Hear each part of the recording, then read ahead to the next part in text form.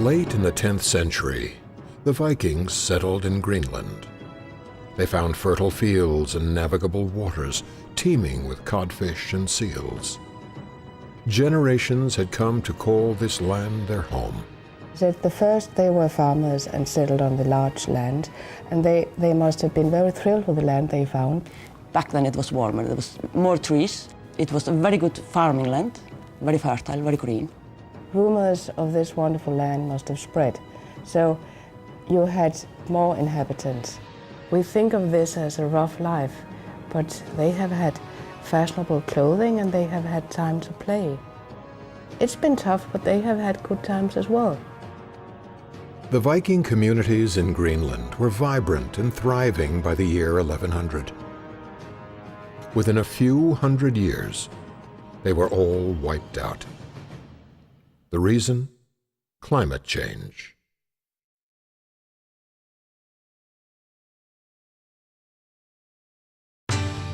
The climate changed. That's a fact, everybody knows that. So it was getting very hard to be a farmer. And, well, they didn't get enough hay for the animals. And the animals were freezing and starving, so the animals died. And when the animals die, the people die. Around the year 1350, representative of the bishopric Garda visited Western settlement, and he wrote home and told that there's no one here. By the end of the 15th century, Greenland had grown so cold that all of the Viking people who had lived there for generations were completely gone. They must have wondered, what happened to our climate system? I mean, did we do something to cause this? That would be really, really useful to learn from the Vikings' example. How do we go about coping with big natural changes in the sun and the Earth climate system? How do humans cope with natural changes in the climate system? As scientists study the past, they're applying this knowledge to the changes experienced in the Earth's climate today. They are finding a natural cycle that modulates between cold periods and warm periods. Climate is not a constant. We go through periods where it's much warmer, where it's much colder. We go through periods where it's wetter and drier. So the one thing we can say about climate in the future is that it will change. As Greenland became cooler, other parts of the world were experiencing this cool down as well. In England, the Thames River began to freeze over during harsh winters. So did canals and waterways in the Netherlands. The Earth's climate was entering what scientists now call the Little Ice Age. The condition is quite severe. In Western Europe, you can see people were actually praying in a church while the glacier is advancing. Essentially are praying that, please, God, don't let this ice coming and then ruin our village. The Little Ice Age is part of a series of climate change eras that have been scientifically identified. In Europe, there was a warming period at the height of the Roman Empire, followed by cooling during the Dark Ages.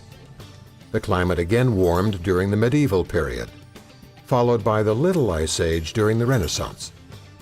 The Little Ice Age ended at about 1850. So over the past 150 or so years, we've been in a cycle where the Earth has generally been warming. This current climate cycle is what most people call global warming. Scientists have identified the recurring patterns of cooling and heating in the Earth's climate. But what causes this cycle?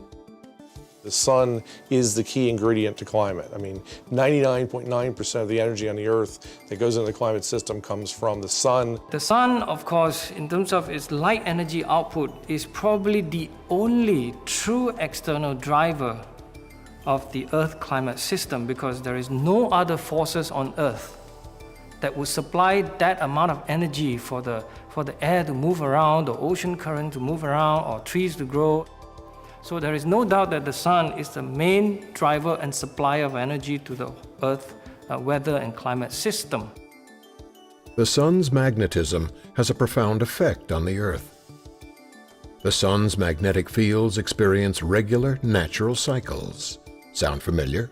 When sunspot activity is compared to temperature changes over the same period, a remarkable correlation appears. Radiation from the sun seems to contribute to variations in temperature and climate on Earth.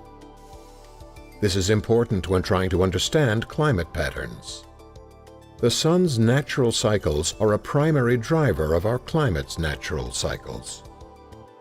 You have such a strong indication that there is this close relationship between how much the energy output from the sun changes and then how much the temperature changes. What about the role that carbon dioxide or CO2 plays in the Earth's climate? Is the warming being caused by human-generated carbon dioxide? Is it the sun? Or is it a combination of factors? Humans do affect our environment, and one of the ways they do that is change the constituents in the atmosphere. I think the biggest driver is going to be other natural fluctuations, and carbon dioxide plays a small role in that. The modern warming of Greenland has been going on since 1850, long before human-generated CO2 was entering the atmosphere. Looking at modern warming in general, a consistent pattern can be seen. With the best available records of temperature and atmospheric CO2 of the past 650,000 years, one finds that the Earth's temperature always rises first, followed by a rise in carbon dioxide. A warmer Earth gives birth to more vegetation, which in turn has a more active carbon cycle. And so as a result, carbon dioxide may in fact follow the temperature change as opposed to being a leading indicator. Published papers clearly shows that it is always the temperature rises first by at least several hundred years to a few thousand years. And then the carbon dioxide curve responds and it follows. So it is a very clear scientific consensus on this issue. In other words, a warmer Earth leads to increased CO2 levels, not the other way around. That's an important realization, given the increased focus on human-generated CO2. Most of us still have that nagging question in us, Yes, we have emitted all this carbon dioxide. Are we really melting all the ice cap? Or is it something even more powerful than that? Meaning that could it be even the sun actually is doing it? The world's oceans offer another example.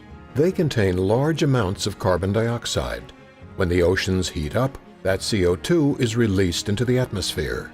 If you started to warm the surface ocean temperature, the ability for the ocean water to hold this carbon dioxide in the system is a lot less, meaning there will be more of this carbon dioxide effusing out.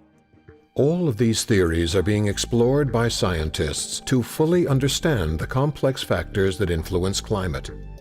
However, the current political landscape endorses just one theory, that human-generated CO2 is the principal cause of global warming. Those views are indeed promoted by political bodies, which is the Intergovernmental Panel for Climate Change, and there appears to be a corrupted process, in my opinion, of the bodies, where I think science and scientists are being misused in a lot of ways. And these are all becoming really a war of words instead of war of evidence and science that troubles me. There's a science document, which is really written by scientists for scientists. There's also a summary for policymakers. It's put together by policymakers, and in many cases, they go back to the scientists and say, can you change the science document to match our summary? We want to beef this up. We want to make it look worse. That's not the way science is done. They are clearly promoting the vision that if we do not cut our carbon dioxide emission, disaster, crisis, whichever bad connotation you can find, will come to Earth. So it is that kind of alarmism that appalls me as a scientist. What we have to remember is climate changes and climate fluctuates. And really, while we think humans have an impact on our environment, which we do, the global climate system is still far too complex to be simply affected by one change in one small component of it. There is no one in the world who would insist that everything is having to do with the sun. All we are trying to do is that there's this plausible picture of how the sun could cause some of the changes in the climate system. Why not study it carefully? It's very difficult, in my opinion, to try to insist and suggest that carbon dioxide, even as of today, when we emit this carbon dioxide, is going to drive the climate system.